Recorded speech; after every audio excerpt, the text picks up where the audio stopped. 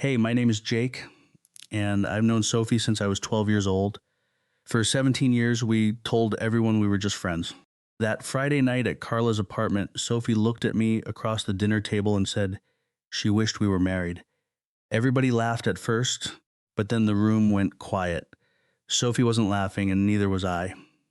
I'm 30 years old and I run a small electrical repair crew in Austin, Texas. We handle houses, old shops, and small offices that need rewiring or fixing after storms. It's not glamorous work, but I built the business from nothing with 3 guys on my payroll, 1 beat-up work truck, and a schedule that's almost always full. Most days I'm out on job sites by 7 in the morning. By the time I get home, I'm too tired to do anything except eat something quick and check tomorrow's materials list. My closest friend is Sophie Brennan.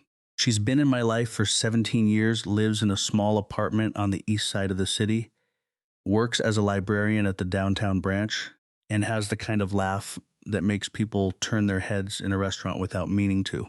She's 29, sharp as a fresh blade, and stubborn in ways that only people who have known her as long as I have would recognize. People who don't know us always assume we're together. It happens at bars, at grocery stores, at the DMV. Somebody will look at us standing too close or finishing each other's sentences, and they'll ask how long we've been dating. We both say no at the same time. It's almost rehearsed at this point. We always say the same thing, just friends, and we've been saying it since we were 16. The truth is, Sophie is the reason my apartment doesn't feel empty. She's the person I call when a job goes wrong, and she's the last voice I hear before I go to sleep most nights. We have a language nobody else understands. She knocks on my door with 2 fast raps and 1 slow one. I keep her favorite coffee in my cabinet, even though I don't drink it. She knows I hum when I'm wiring a panel, and I know she taps her left foot when she's nervous. There was a boy named Marcus in high school who asked her to prom, and she said yes because she felt bad saying no. I remember the yellow sneakers she wore that night, and I remember exactly how quiet my apartment felt when she left.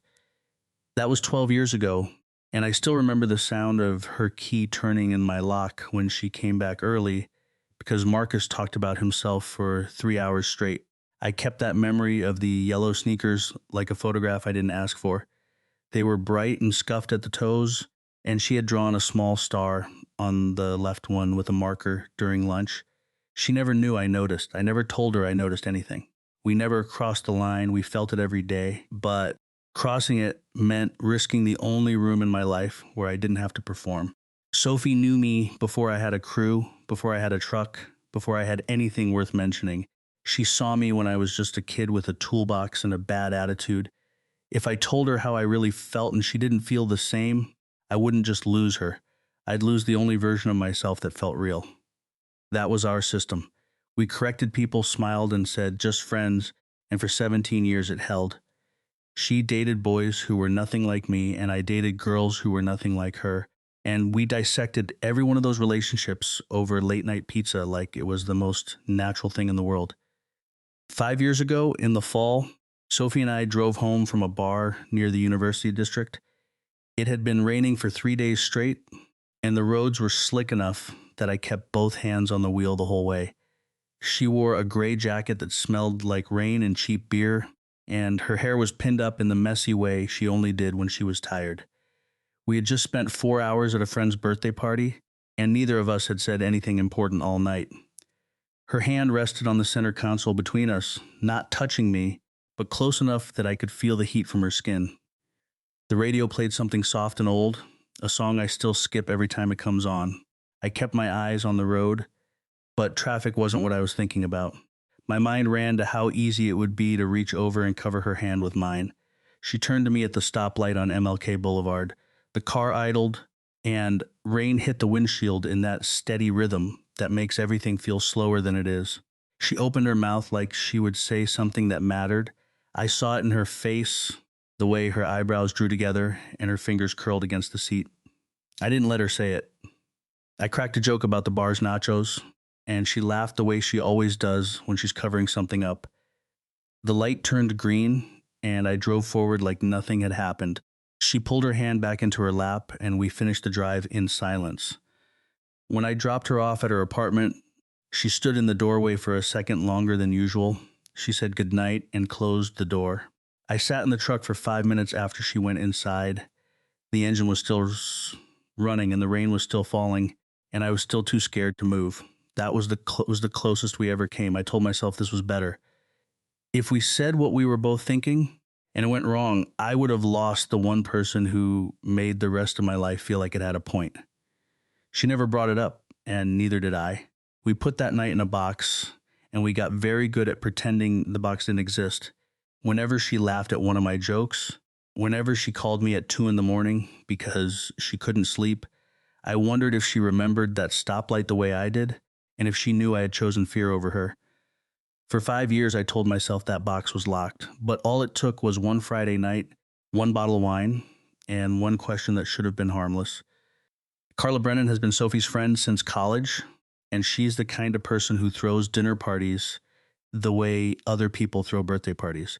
Every few months, she fills her apartment with candles, opens 3 bottles of wine, and invites 6 people who barely know each other to sit around her dining table and pretend they're sophisticated. This particular Friday in October was one of those nights. Her apartment smelled like garlic and roasting vegetables, and the dining room was lit by 6 tall candles in brass holders that cast weird shadows against the burgundy tablecloth. The wine was red and heavy, the kind that coats your throat and makes you honest before you're ready to be. There were 6 of us around the table. Carla and her boyfriend sat at the ends. Derek and Lena were on one side, and Marcus and his new girlfriend Amanda sat across from Sophie and me. The table was draped in deep burgundy linen, and the warm gold candlelight pooled over the plates and the silverware in a way that made the whole room feel smaller than it was. I could see Sophie's hand resting near mine on the table, and the small scar on her palm from the time she sliced it open making dinner at my apartment 2 summers ago caught my eye. The food was simple and good. Carla cooked a roast chicken with potatoes that stayed crispy on the outside, and there was a salad with pears and walnuts that Sophie kept picking at with her fork. The blue earrings I had given her 2 birthdays ago caught my eye again. I didn't know why I noticed. Some things you just do without a reason. Marcus told a story about his promotion at the accounting firm where he works. Amanda touched his arm and laughed at things that weren't funny. Sophie watched them with that small smile she wears when she's uncomfortable. Derek asked me about a rewiring job I had finished the week before, and I told him about the old house near the river with the knob and tube wiring that hadn't been updated since the 1970s. The conversation came easy, safe and steady, the kind of night where nobody expects anything to change. Amanda turned to Sophie with the wine glass halfway to her lips, and she asked a question that broke the seal. She said it like she was being complimentary, like she was handing Sophie a gift she didn't know she needed. "So, Sophie," she said, "why is a girl like you still single?" The table went quiet for just a second, the way tables do when somebody says something too personal. Sophie set her wine glass down on the tablecloth and didn't look at me. She looked at Amanda, then at Carla, then back at the candle in front of her plate. I saw her hand move toward the stem of her glass and then stop. I should have known something was coming. Sophie had been quiet all night in a way that wasn't like her. She hadn't made a single joke about Carla's cooking, and she hadn't kicked my ankle under the table when Derek started talking about crypto. She was sitting on my right, close enough that her knee was almost touching mine under the table, and warmth from her skin reached me through my jeans. She smiled, and it matched the smile she gave Marcus before she agreed to go to prom with him all those years ago. The smile that said she was about to say something she couldn't take back. Carla asked if anybody wanted more bread, and Derek started to answer, but Sophie spoke over both of them. Her voice came out light, almost playful, the way she sounds when she's teasing me about my tool belt or my taste in music. She looked at Amanda first, and then at me, and the candle between us flickered when she exhaled. Sophie took a breath, and her voice came out light and almost playful, the same tone she uses when she's pretending not to care about something that actually hurts. "I wish Jake and I were married," she offered. "Then nobody would ask me why I'm still single." The words came out like a tease, like the obvious answer to a stupid question, and for a fraction of a second, the whole table bought it. For 1 second, the whole table laughed. Amanda laughed the loudest, throwing her head back like she had just heard the best punchline of the night. Marcus chuckled into his wine glass. Carla let out a little shriek of laughter that turned into a cough, and Derek slapped the table with his palm like he was at a comedy show. But Sophie didn't laugh. She just sat there with her hand on the stem of her wine glass, looking at me across the table with an expression I couldn't read and didn't dare to name. The candle between us flickered when she exhaled, and the flame bent toward her like it was trying to get closer. I held a fork in my hand with a piece of Carla's roast chicken still on it, and my arm was frozen halfway between my plate and my mouth. The laughter died one voice at a time. Amanda's laugh caught in her throat first, and Marcus set his glass down too hard, and the sound of it hitting the burgundy tablecloth was louder than it should have been. Lena looked down at her lap like she was suddenly afraid to witness something private. I looked at Sophie's eyes, and I saw the same brown I had been looking at since we were kids, but they looked different in the candlelight, almost brave. My throat had closed around the wine and the chicken and 17 years of practice at keeping my mouth shut. I wanted to say something, anything, but I just sat there, holding a forkful of food I was never going to eat, while the most important moment of my life unfolded in front of 6 people who had no idea what they were watching. Carla's mouth opened and closed, and she looked at Sophie, then at me, then back at Sophie like she was watching a movie she hadn't expected to turn serious. Sophie didn't look away from me. Her eyes stayed steady, the way they get when she's reading something difficult and refusing to give up on it. She wasn't blinking or smiling. She was just looking at me like she had finally put down a weight she had been carrying for 17 years, and she wanted to see if I would pick it up or let it fall. I couldn't move. My heart wasn't pounding, and the world wasn't spinning, and nothing felt dramatic in the way people describe these moments. It just felt real, like the floor of my apartment had dropped 3 inches, and everything I owned was sliding toward a hole I hadn't known was there. For 3 seconds, nobody breathed. Carla cleared her throat and suggested coffee in the kitchen, and the room fractured into movement. Amanda started talking too fast about a wedding she had been to, and Marcus grabbed the wine bottle and refilled everybody's glass like he was putting out a fire. But Sophie didn't move. She was still looking at me, and I still hadn't said a word. The goodbyes were strained, too cheerful, the kind of goodbyes people use when they're pretending they didn't just witness something collapse. Amanda hugged Sophie for too long and said they should get coffee soon, and Sophie nodded without promising a date. Marcus shook my hand and clapped my shoulder with that careful, pitying look that men give each other when they don't know what else to do.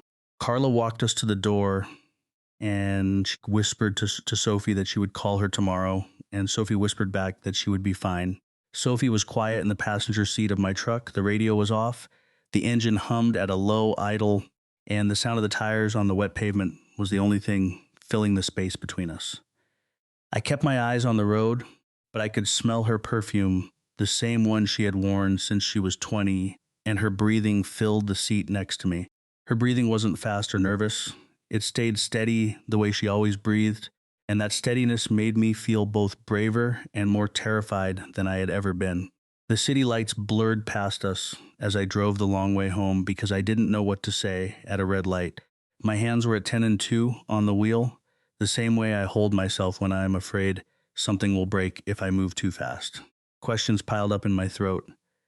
I wanted to know what she meant, and if she felt the same shift I had been feeling for 17 years, and if pulling the truck over would change everything or end it. Every red light was a chance, and every green light was a warning, and I was too scared to tell the difference. Instead, I kept driving. Sophie watched the window, and I watched the road. Neither one of us spoke. We passed a bar where we had celebrated her 21st birthday, and the laundromat where she had cried when her first real boyfriend broke up with her in college, and all the landmarks of a life we had built side by side. Neither one of us said a word about any of them. The truck cab felt smaller than it ever had before. When I pulled up to her apartment, the street light outside her building was flickering the way it had been flickering for 6 months. She unbuckled her seatbelt and sat there for a moment with her hand on the door handle. She turned to me, and her face was soft in the dashboard light. "Come inside," she whispered. "We need to talk." I turned off the engine. The truck ticked as it cooled, and I followed her up the stairs. I had driven her home 1,000 times before, walked her to that same door, said good night, and driven away with my hands steady on the wheel. That night, my hands shook and my chest felt tight, and I didn't know if I was walking toward the best thing that ever happened to me or the end of the only thing I couldn't survive losing. Her apartment was small and familiar. I had fallen asleep on her couch more times than I could count, and I had eaten more takeout at her kitchen table than I had at my own. She made tea she didn't drink, and I sat on the edge of the armchair I always sat in, like the furniture itself was enforcing our old rules. The room turned quiet in a way that pressed against my ears, and the kitchen clock ticked louder than I had ever noticed before. We had been in this room 1,000 times before, watching bad movies on that couch, fighting over the remote on that armchair, and falling asleep during thunderstorms with our shoulders touching in our hands safely in our own laps. That night, the room felt different. The air turned thinner, and the distance between the armchair and the kitchen doorway stretched into the longest distance I had ever crossed. She broke first. Standing in the doorway between the kitchen and the living room, holding 2 mugs she wasn't going to use, she looked at me with an expression I had never seen before. It wasn't fear. Exhaustion lined her face, the kind that comes from holding something in for so long that your arms start to shake. "I meant it," she whispered. "I need you to know I meant it." I didn't answer right away. My mind ran back to the night 5 years ago, in the truck, in the rain, when Tara drove me to crack a joke about nachos rather than hear what she wanted to say, and she laughed to cover up the fact that I had chosen fear over her. "I knew," she admitted, before I could figure out how to start. "That night in the truck, I knew what you almost did, and I knew why you stopped. I was waiting for you to be brave first." The words hit me like something physical. I spent 5 years believing I was the only one who remembered that stoplight, building a whole theory around the idea that Sophie didn't feel what I felt, that the heat from her hand on the console meant nothing, and that her opening her mouth was only habit. "I dated Marcus and the others," she confessed. "I chose boys who were nothing like you because it proved I wasn't waiting, but I was waiting. I was always waiting." I stood up from the armchair. My legs shook the way they do when I've been crouched in an attic for 3 hours and I finally stand up straight. I took 2 steps toward her, and she didn't move back. She set the mugs down on the coffee table, and she stayed where she was. "I never said anything because I thought losing you would be worse than wanting you," I admitted. My voice sounded rough, like I hadn't used it in days. Sophie looked at me, and her eyes were wet but not crying. "You can't lose me," she replied. "You've never had me. Not the way you wanted, not the way I wanted. We've been standing next to each other for 17 years, acting like that was enough, and it wasn't." She took a breath that shook her shoulders. "I don't want to stand next to you anymore, Jake. I want to be with you. I want to stop pretending." I didn't have a speech ready, didn't have the right words, and just reached out and took her hand. Her fingers folded into mine like they had been waiting for permission. They were cold from holding the mugs and the small scar on her palm from the time she sliced it open, making dinner at my apartment 2 summers ago, pressed against my skin. I knew every detail of her hands, but I had never held them like this before. "I don't want to pretend either," I admitted. Then she kissed me. The kiss wasn't dramatic, barely qualifying as one at all, just the briefest touch. When I straightened up, I saw her eyes had gone wide and dark. She looked as surprised as I felt. She kissed me again, longer this time, and I forgot about the mugs and the armchair and every rule we had ever made. I didn't go home that night, and the next morning, nothing looked the same. The sunlight came through her kitchen window at an angle I had never noticed before, and the coffee tasted different because I was drinking it from her favorite mug instead of mine. The first week filled up with small moments that felt enormous. I made coffee in her kitchen with the machine I had fixed for her last spring, and she sat at the table in one of my old t-shirts with her hair still wet from the shower. We held hands in the grocery store without thinking about it, and when the cashier asked if we were together, neither of us said no. Sophie smiled at me like she had been saving that smile for a very long time, and I smiled back like I had been practicing it in the mirror for 17 years without knowing it. I moved my favorite mug into her cabinet, the one I had bought at a yard sale when I was 20, a blue ceramic thing with a chip on the rim. She made room for it next to her plates, and the sight of it sitting there felt like something permanent. She found my work boots by her door and didn't ask me to move them, just stepped over them every morning like they belonged there. I started leaving my jacket on the back of her couch, and she started setting 2 places at the table instead of 1. The first time we slept in the same bed, neither of us slept much. We just lay there in the dark, listening to each other breathe, and each time she moved, I reached out to make sure she was still there. She rolled over at 3 in the morning and pressed her back against my chest, and I stayed awake for another hour just feeling the weight of her against me, afraid that if I closed my eyes, the whole thing would turn out to be a dream I wasn't ready to wake up from. About 3 days in, on a quiet evening, the old fear flickered. We watched a movie on her couch, and she leaned against my shoulder, and I suddenly wondered if this was real or just a reaction to the moment at the dinner table. I didn't say anything, just went still on the couch while the movie played on without either of us watching it. Sophie felt it. She didn't ask what I was thinking.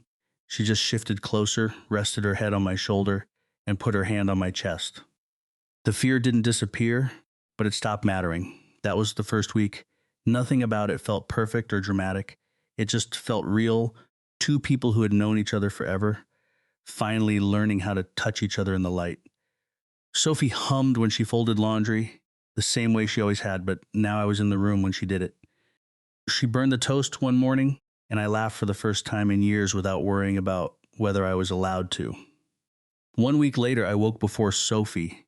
The sun came through her kitchen window in that pale gold way it does in October, and coffee dripped into the pot I had started 10 minutes earlier.